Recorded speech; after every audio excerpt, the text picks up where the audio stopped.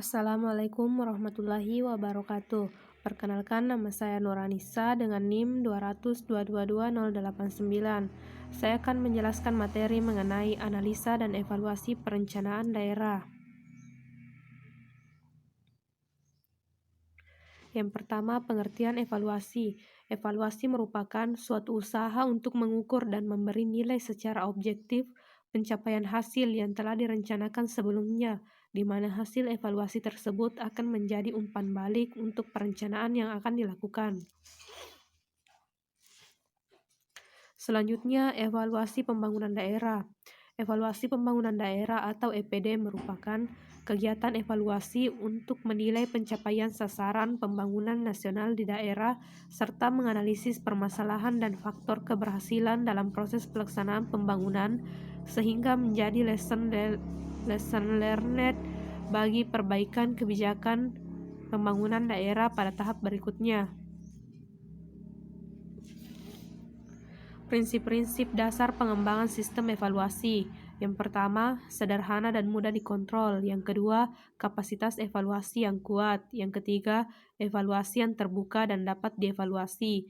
Yang keempat, adanya penghargaan terhadap kinerja. Dan yang kelima, kejelasan status hasil evaluasi. Selanjutnya itu tahapan evaluasi. Yang pertama, menentukan topik evaluasi sehingga sudah pasti tahu apa yang akan dievaluasi. Yang kedua, merancang kegiatan evaluasi yang mampu menentukan keberhasilan program.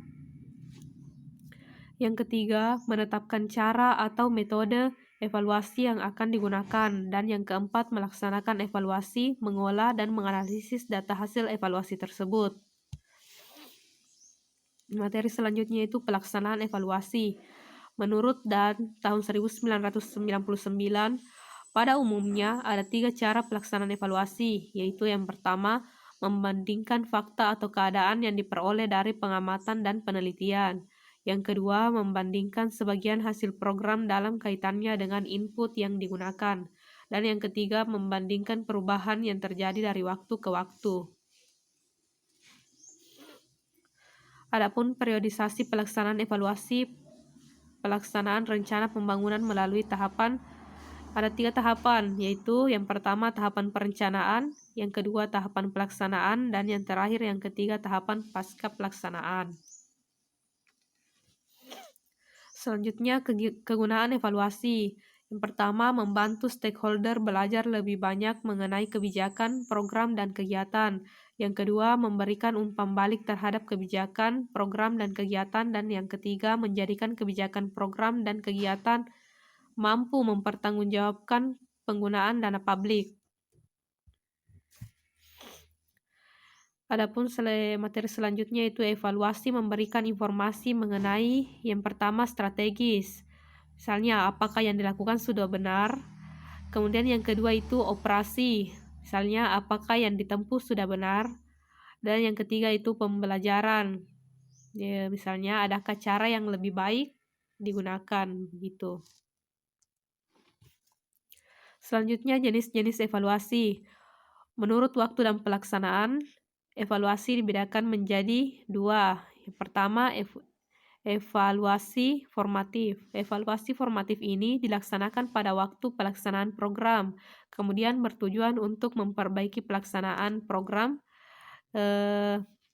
dan temuan utama berupa masalah-masalah dalam pelaksanaan program. Yang kedua, evaluasi sumatif. Dilaksanakan pada saat pelaksanaan program sudah selesai dan kemudian bertujuan untuk menilai hasil pelaksanaan program dan temuan utama berupa capaian-capaian dari pelaksanaan program. Kemudian jenis-jenis evaluasi menurut tujuan. Yang pertama, evaluasi proses. Merupakan evaluasi yang bagaimana program berjalan dengan fokus pada masalah penyampaian pelayanan. Kemudian yang kedua, evaluasi biaya manfaat. Evaluasi biaya manfaat ini mengkaji biaya program relatif terhadap alternatif penggunaan sumber daya dan manfaat dari program.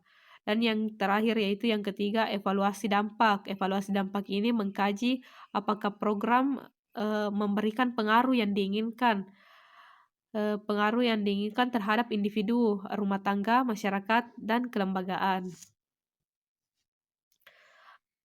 Materi selanjutnya itu alasan perlunya dilakukan evaluasi pembangunan. Ya, alasannya itu agar tahu apa yang kurang dan apa yang sudah baik, dan juga untuk memperbaiki kondisi pembangunan sosial yang akan datang. Karena evaluasi sangat penting dalam melanjutkan sebuah pembangunan nasional.